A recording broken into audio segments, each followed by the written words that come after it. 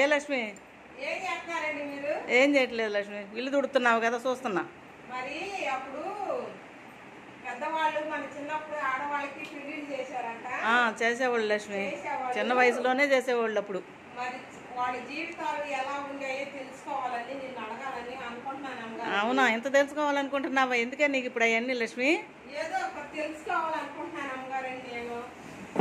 అవునా, 14 మాటలు చెబితే విందామని అనుకుంటున్నాను.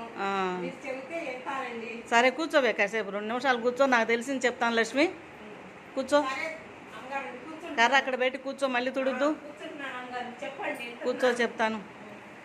అప్పుడు మరి బాల్య వివాహాలని చిన్న చిన్న పిల్లలకే చేసేవాళ్ళు. మగవాళ్ళకి వయసుతో పని లేదు, చేసేవాళ్ళు. కానీ పాపం వాళ్ళ జీవితాలు చిన్న వయసులోనే చేస్తే ఏమీ తెలియక వాళ్ళకి వయసు వచ్చేసరికి వాళ్ళకి అన్నీ తెలిసే రోజుకి వీళ్ళ జీవితాలన్నీ, ఆడవాళ్ళ జీవితాలన్నీ మొగుడు చేతుల్లోకి, అత్తమామల చేతుల్లో బానిసగా అయిపోయాయి. వాళ్ళు తెలుసుకున్నా ఇంకేం ఉపయోగం ఉండేది కాదు. మానసికంగా కుంగిపోతా మన జీవితాలు ఇలా అయిపోయిన పిల్లల గంటం వాళ్ళల్లో పడి వాళ్ళు చెప్పినట్టు వినటం వరకే వాళ్ళ పని. చేతనైన పని చేయటం, వాళ్ళు చెప్పింది వినటం, పిల్లల గంటం, అంతవరకే ఆగిపోయాయి వాళ్ళ జీవితాలు.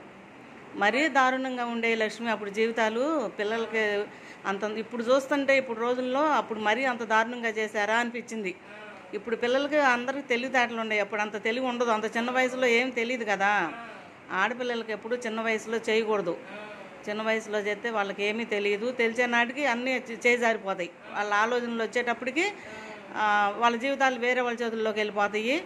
ఇక వాళ్ళ చేతుల్లో ఏమీ ఉండదు, ఏమీ మాట్లాడలేరు, మాట్లాడే ధైర్యం కూడా చేయలేరు. అంతా వాళ్ళు చెప్పినట్టు వినటం, వాళ్ళు చెప్పినట్టు నడుచుకోవడం వరకే